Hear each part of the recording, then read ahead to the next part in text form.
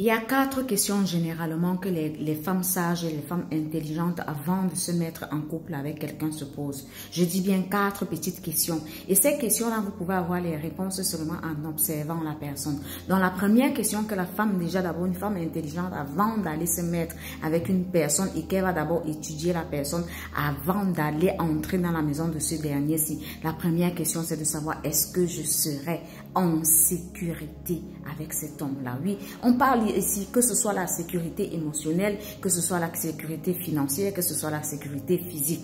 Est-ce que je serai en sécurité? Une femme qui entre dans un foyer où elle n'a pas de protection, une femme qui entre dans un foyer où tout le monde peut venir lui dire n'importe quoi ou lui faire n'importe quoi sans que son mari ne réagisse, une femme qui ne se sent pas assez protégée par son homme, croyez-moi que dans un foyer, ce foyer-là, cette personne-là ne l'aime pas assez, cette personne-là n'est pas à elle. La deuxième question qu'une femme doit se poser, écoutez la vidéo jusqu'à la fin, ma chérie, parce que la dernière question, la quatrième question, elle est encore très intéressante. La deuxième question qu'une femme se pose dans un foyer, c'est de savoir si elle sera en paix. Ça ne sert à rien d'aller se mettre avec quelqu'un qui va nous tourmenter, tout comme les hommes qui ont besoin de paix, même les femmes aussi ont besoin de paix, parce que la femme porte aussi une grosse charge et supporte une grosse charge émotionnelle. Si elle n'est pas en paix, cette dernière-là va épuiser de toutes ses forces et pourtant elle a besoin justement de ces forces-là pour surmonter le pire à venir.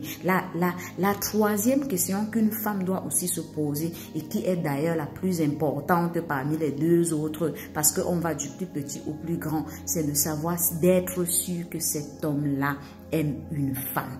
Et si tu n'es pas sûr, parce qu'il y a même des hommes qui montrent à une femme que ici là je ne suis pas avec toi, un homme qui va te montrer clairement comment il court derrière une autre et pourtant toi tu es avec lui, tu lui dis des choses, il ne t'écoute pas, il te maltraite, il te méprise et tout.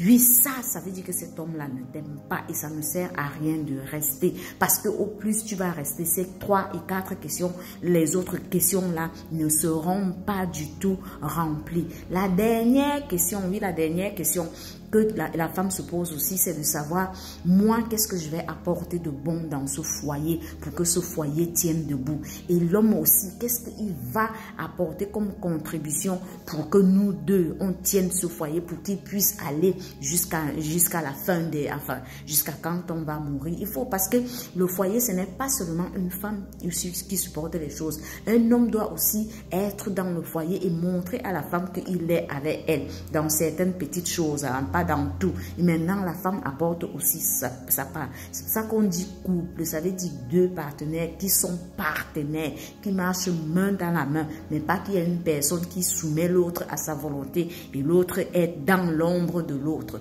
Ça ne fonctionne pas du tout. C'est comme ça que les femmes intelligentes réfléchissent.